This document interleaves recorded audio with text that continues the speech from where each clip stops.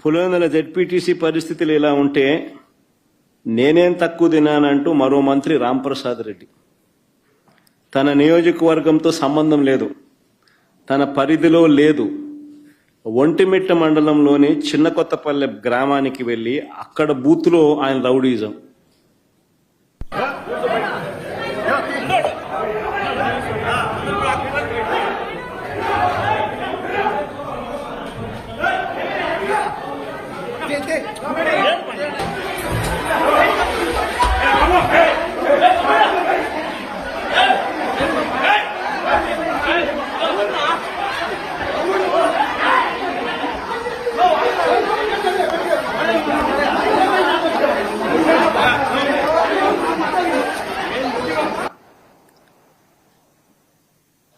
ఆయన Rayachoti MLA, sitting మంత్రి, ఒంటిమిట్ట మండలం జెడ్పీటీసీకి సంబంధించి అక్కడ ఆయన చేస్తా ఉన్న దారుణాలు చిన్న కొత్తపల్లెలో ఈ ఘటన జరుగుతూ ఉండగా తీసిన వీడియో ఫుటేజ్. నేరుగా బూతులేకి పోవడం, ఏజెంట్లను లాగేయడం.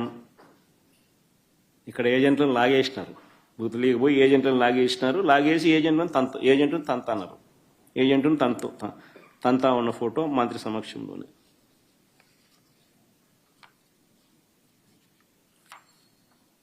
నేను అడుగుతా ఉన్నా ఇదే చంద్రబాబు నాయుడు, అయ్యా చంద్రబాబు, నీకు ప్రజలు ఓటేస్తారని నమ్మకం ఉన్నప్పుడు, నువ్వు నిజంగానే మంచి చేశావు అని చెప్పి నిజంగా నువ్వు అనుకుంటే ఎందుకు ఇవన్నీ చేయాలా?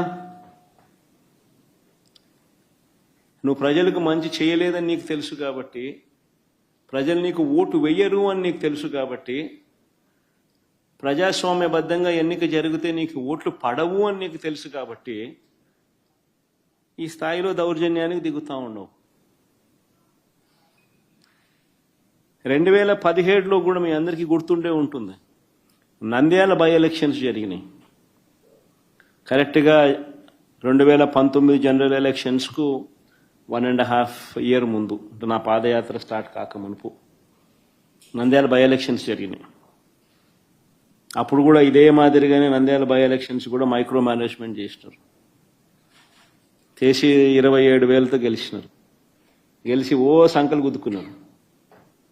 27,000 గెలిచినా వైఎస్ఆర్సీపీ పని అయిపోయింది, తెలుగుదేశం పార్టీ బాయింట్గా ఉంది, బ్రహ్మాండంగా ఉంది అని అందరితో నన్ను తిట్టించినారు, వైఎస్ఆర్సీపీని తిట్టించినారు, తెలుగుదేశం పార్టీ బ్రహ్మాండంగా ఉందన్నారు. కరెక్ట్గా 1.5 ఇయర్ తర్వాత అదే నంద్యాలలోనే 35,000తో గెలిచినాం వైఎస్ఆర్సీపీ. రాష్ట్ర వ్యాప్తంగా కూడా చంద్రబాబు నాయుడు భూస్థాపితం చేసినారు ప్రజలంతా. ఎక్కడైనా కూడా ప్రజాస్వామ్యంలో ప్రజలకు మంచి చేసి ఓట్లు అడిగితే, ప్రజలు మనస్ఫూర్తిగా ఆ ఓట్లు వేస్తే 4 కాలాలు వర్ధిల్లుతారు. ఈ మాదిరిగా దౌర్జన్యాలు చేస్తే ఆ దౌర్జన్యాలంతా కూడా టెంపరీగా మీకు ఏదైనా ఉపయోగపడతాయేమో కానీ చివరికి వచ్చేసరికి కన్ను మూసుకొని కళ్ళు తెరిచేసరికి 1.5 ఇయర్ అయిపోయింది. అప్పుడే కన్ను మూసుకొని కళ్ళు తెరిచేసరికి మరో 3 ఏళ్ళు కూడా అయిపోతాయి. ఆ 3 ఏళ్ళు అయిపోయిన తర్వాత తెలుగుదేశం పార్టీ వీళ్ళు చేసిన అన్యాయాలకు, దౌర్జన్యాలకు, అబద్ధాలకు, మోసాలకు ప్రజలు ఏ స్థాయిలో బుద్ధి చెప్తారు అని అంటే డిపాజిట్లు కూడా రాని పరిస్థితి లేకపోతారు వీళ్ళంతా.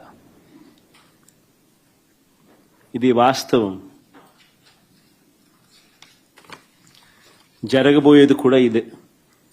నేను గట్టిగా డిమాండ్ చేస్తా ఉన్నా, ఇదే పెద్ద మనిషి చంద్రబాబు నాయుడు గారిని డిమాండ్ చేస్తా ఉన్నా, కొద్దో గొప్ప ప్రజాస్వామ్యాన్ని ఎవరైనా కూడా గౌరవించే వాళ్ళు ఎవరైనా ఇంకా వ్యవస్థల్లో ఇంకా ఉంటే వారికి కూడా విన్నపం చేస్తా ఉన్నా.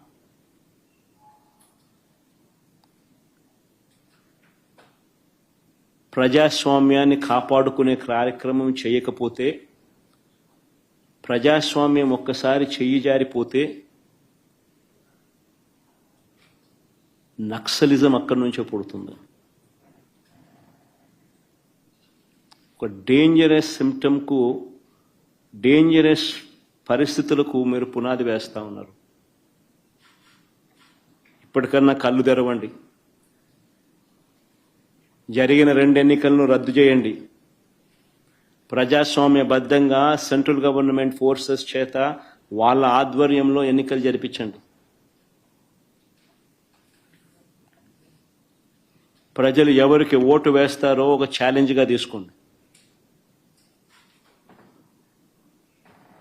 చంద్రబాబు నాయుడు గారికి గట్టిగా హితవు పలుకుతా ఉన్నా.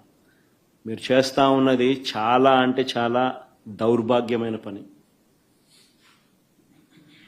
తప్పుడు పునాదులకు మీరు వేస్తూ ఉన్నారు, తప్పుడు పునాదులు వేస్తూ ఉన్నారు.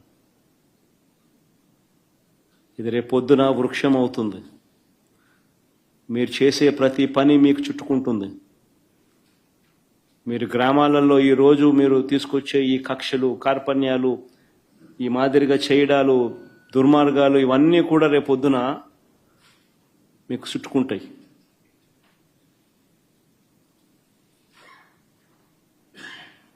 ముఖ్యమంత్రిగా ఉన్నావు, నీ జీవితానికి బహుశా ఇది ఆఖరి ఎలక్షన్ కావచ్చు. రామకృష్ణ అని అనుకునే ఈ వయసులో కనీసం ఆ మాటలన్నా అనుకుంటే పుణ్యమన్నా వస్తుంది.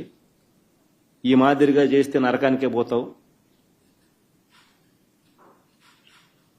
ఇప్పటికైనా మార్పు తెచ్చుకో చంద్రబాబు అని హితవు పలుకుతా ఉన్నా.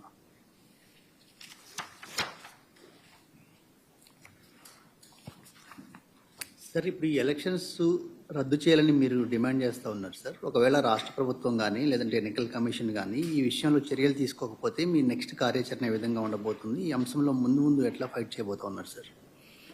బేసికలీ ఈ మాదిరిగా ఎలక్షన్ జరిగేట్టుగా అయితే ఎలక్షన్ అనే దానికి మీనింగ్ ఏముంది? ఎందుకు ఎలక్షన్ జరపడం? ఎందుకు? ఆ ఎంపీటీసీలకు, ఆ ఎంపీపీలకు, ఆ జెడ్పీ చైర్మన్లకు ఎన్ని ఎలక్షన్లు ఎక్కడ జరుపుతున్నారు? కౌన్సిల్ చైర్మన్లకు మీ ఇష్టం వచ్చినట్టుగా మీరంతకు మీరే దౌర్జన్యంగా ప్రలోభాలు పెడుతున్నారు, కొనేస్తున్నారు.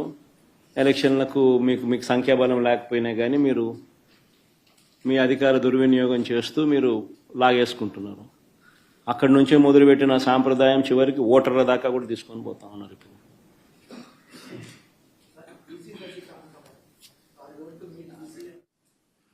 ఇవన్నీ కూడా అంటే అన్ఫార్చునేట్గా స్టేట్ ఎలక్షన్ కమిషన్ అన్నది ఒక డమ్మీ పాత్ర కన్నా దారుణమైన పాత్ర పోషిస్తూ ఉంది. ప్రజాస్వామ్యాన్ని కాపాడవలసిన బాధ్యత గల స్థానంలో ఉన్న వ్యక్తులు నిజంగా ఇంత దిగజారిపోయిన పరిస్థితుల మధ్య ఈ వ్యవస్థ నడుస్తూ ఉంది. Very unfortunate. ఖచ్చితంగా న్యాయ పోరాటంలో భాగంగా కోర్టులకి ఇవన్నీ చూపిస్తాం, కోర్టులకి ఇవన్నీ వేస్తాం. అందుకని వాళ్ళిద్దరు కూడా ఈరోజు వచ్చింది కూడా కోర్టులో వేయడానికే వచ్చినారు. ఇద్దరు జెడ్పీ టీసీ అభ్యర్థులు కూడా కోర్టులో వేయడానికే ఇక్కడికి వచ్చినారు. ఈ డీటెయిల్స్ అన్నీ తీసుకొని పోయి వీళ్ళు కోర్టులో వేస్తారు. న్యాయస్థానం ముందర ఇవన్నీ కూడా ఉంచడం జరుగుతుంది. డిమాండ్ వుడ్ బి కేంద్ర బలగాల చేత, కేంద్ర బలగాల ఆధ్వర్యంలో ప్రజాస్వామ్యబద్ధంగా ఎన్నికలు జరిగించాలి అన్నది డిమాండ్ ఉంటుంది. ఆ డిమాండ్తోనే కోర్టుకు కూడా